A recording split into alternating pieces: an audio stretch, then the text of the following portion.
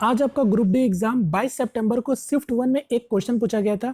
जैसे कि मैं आपको दिखा रहा हूं, क्वेश्चन आपका ओवरलैपिंग ट्रायंगल पर बेस क्वेश्चन आपसे पूछा गया था। यानी किसी बहुभुज में कितने नॉन ओवरलैपिंग ट्रायंगल बन सकते हैं, ये आपका क्वेश्चन पूछा गया था। जैसे कि मैं आपको दिखा रहा हूँ, चाहो तो एक बार आप लोग खुद से भी ट्राई कर लो। और क्वेश्चन बहुत ही सिंपल क्वेश्चन है, आपको चीजें हल्के हल्के समझने की केवल जरूरत है। पहले मुझे लग रहा था कि ये क्वेश्चन आपका ये ना पूछ के ये वाला पूछा गया था, ओवरलैपिंग वाला। ठीक है, ये वाला क्वेश्चन पूछा गया था। बाद में मैंने कंफर्म किया आपका, तो पता चला कि नॉन ओवरलैपिंग से आपसे क्वेश्चन पूछा गया था। यानी नॉन ओवरलैपिंग ट्रायंगल कितने बनेंगे किसी भी बहुभुज में, ये आपका क्वेश्चन पूछा गया था। तो यहां पास मैं आपको बता देता हूं दोनों तरीका, किसी भी तरीके से आपसे एग्जामिनर पूछ सकता है क्वेश्चन को। तो बहुत सिंपल है, बस चीजों को हल्का हल्का समझने की कोशिश करना। ठीक है, जैसे कि ये वाला क्वेश्चन में सिंपली क्या बोला था कि कोई एक बहुभुज था, यानी कोई एक रेगुलर पॉलीगन है, 11 साइडेड पॉलीगन। ठीक है, आपको बोला था उसके सिर से जोड़कर, ठीक है, यानी उसके वर्टिसेस से जोड़कर कितने ऐसे नॉन ओवरलैपिंग ट्रायंगल बनेंगे, ये आपसे क्वेश्चन में पूछा गया था। अब देखो, ओवरलैपिंग मतलब आप समझते होंगे, जो ओवरलैप मतलब क्या, एक दूसरे के ऊपर ओवरलैप। नॉन ओवरलैपिंग मतलब कि कोई भी ट्रायंगल, जितने भी ट्रायंगल बनेंगे ना, वो कोई भी एक दूसरे के ऊपर अपना ओवरलैप नहीं करेंगे। जैसे मैं आपको एग्जांपल में समझाता हूं, अच्छे से समझना। देखो, ये वाला मान लो कि एक स्क्वायर है, जो कि मान लेते हैं 4 साइडेड का कोई एक पॉलीगन है। ठीक है, सिंपल पॉलीगन में मान लेता हूं। अगर इसके सिर मतलब 4 शीर्ष है, इसके अगर शीर्ष से जोड़कर अगर हम ट्रायंगल बनाए, तो देखो एक ट्रायंगल ये बन गया, दूसरा ट्रायंगल ये बन गया। और जो दोनों ट्रायंगल है ना, आप देखो कोई भी एक दूसरे के ऊपर ओवरलैप किया है, नहीं किया है, तो इसको कहते हैं हम लोग नॉन ओवरलैपिंग ट्रायंगल। ठीक है, समझ गए। बट अगर केसेस, जैसे कि अभी मैंने आपको जो क्वेश्चन दिखाया, वो क्वेश्चन सब था ओवरलैपिंग वाला। अगर आपको कोई भी कंडीशन नहीं दिया गया हुआ, तो इसका मतलब आप किसका मतलब उसके सिर से आप जितना भी आप ट्रायंगल बना सको, आपसे तब आपसे वो पूछेगा। तो अगर इसमें ओवरलैप होता, तो आप एक ट्रायंगल ऐसे भी बना सकते थे और एक ट्रायंगल ऐसे भी बना सकते थे। यानी ये दोनों को सिर से जोड़कर भी ट्रायंगल बना सकते थे, यानी 4 आपका फिर ट्रायंगल बन जाएगा। बात समझ रहे हो। तो यहां पर नॉन ओवरलैपिंग कहा गया था क्वेश्चन में। बात समझ गए सभी लोग। यानी अब आपका 11 भुजाओं वाला कोई बहुभुज है, उसके शीर्षों से जोड़कर आपको बनाना था क्या, त्रिभुज बनाना था। और सभी त्रिभुज नॉन ओवरलैपिंग होना चाहिए। तो इसका एक सिंपल सा बेसिक सा फॉर्मूला होता है, जो मैं बता देता हूं। फॉर्मूला क्या होता है, n-2। ठीक है, आप पहले समझ गए ना ओवरलैपिंग नॉन ओवरलैपिंग क्या कहते हैं। अब ये फॉर्मूला है। आपसे अगर ये क्वेश्चन में बोला गया था कि 11 साइडेड पॉलीगन में कितने ऐसे नॉन ओवरलैपिंग ट्रायंगल बनेंगे, तो सीधा सीधा आंसर क्या हो जाएगा, 11-2 क्या हो जाएगा आपका, 9। बोलो क्लियर है। आप चाहो तो कोई सा भी खुद से भी कोई पॉलीगन आपको है, पेंटागन, हेक्सागोन, जिसको भी देखो। देखो ये आपका एक सिंपल सा आपका एक फिर से पॉलीगन बन गया, 3 साइडेड वाला पॉलीगन। इसमें देखो कितना ट्रायंगल है, यानी आपका फॉर्मूला से अगर मैं बताऊं तो 3 साइडेड है।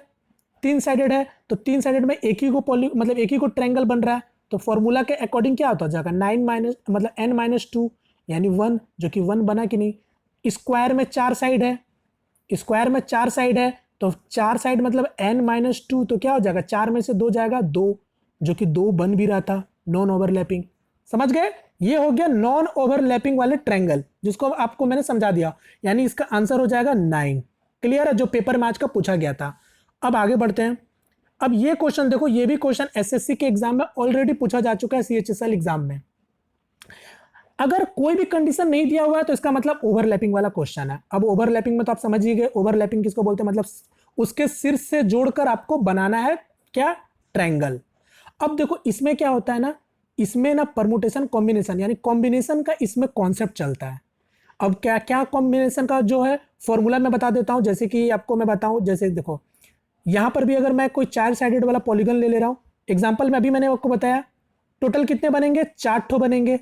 4 ट्रायंगल बनेंगे ना, उसको 4 मतलब 4 शीर्ष है, यानी 4 वर्टिसेस से आपको अगर ट्रायंगल बनाना पड़े तो कितना बनेंगे, टोटल 4 बनेंगे ओवरलैपिंग में। ठीक है, तो इसका फॉर्मूला क्या होता है, कॉम्बिनेशन से परमुटेशन कॉम्बिनेशन का कॉन्सेप्ट चलता है कॉम्बिनेशन का।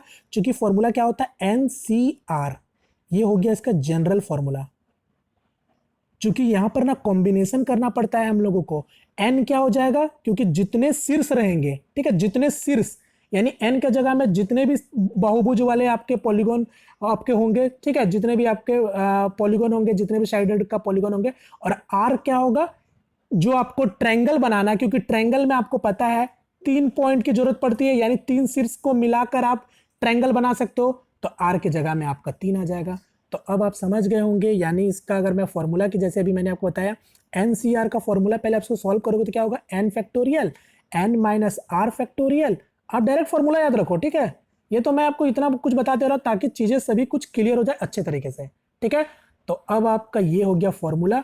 तो अब आप समझ गए अगर 11 भुजाओं वालों का एक बहुभुज है जिसमें आपको केवल बहुभुज के शीर्षों का प्रयोग करके कितने त्रिभुज बनाए जा सकते हैं, तो आप समझ गए। यानी मेरा को यहां पर क्या हो जाएगा 11CR, ठीक है, सॉरी 11C3 हो जाएगा ना, ठीक है। 11 कैसे हो गया आपको पता है, क्योंकि 11 शीर्ष से हमको कंबाइन करना है आउट ऑफ 3 का, बात समझ रहे हो।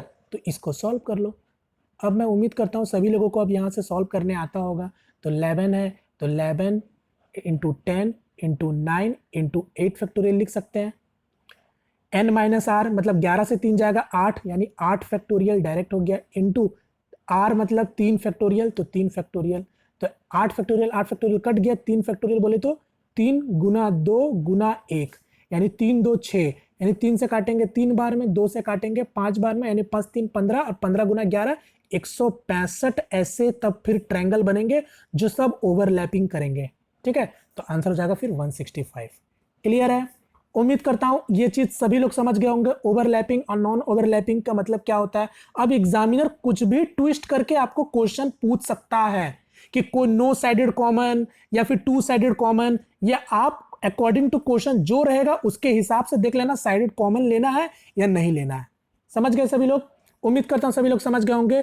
तो चलो यहां पर मैं एक आपसे, क्योंकि अभी देखो ये तो हो गया, अब आप लोग मुझे होमवर्क क्वेश्चन के तौर पर बताओ कि 11 साइडेड वाला कोई पॉलीगन है, इसके टोटल नंबर ऑफ डायगोनल कितने होंगे, यानी विकर्ण कितने होंगे, ये मुझे कमेंट करके बताओ, क्योंकि ये भी अभी तक नंबर ऑफ डायगोनल से क्वेश्चन नहीं पूछा गया है, जरूर आपसे पूछा जा सकता है आगे, ठीक है। तो आप लोग मुझे बताओ 11 भुजाओं वाले बाहुभुज के कितने number of total number of विकर्ण कितने होंगे, ठीक है।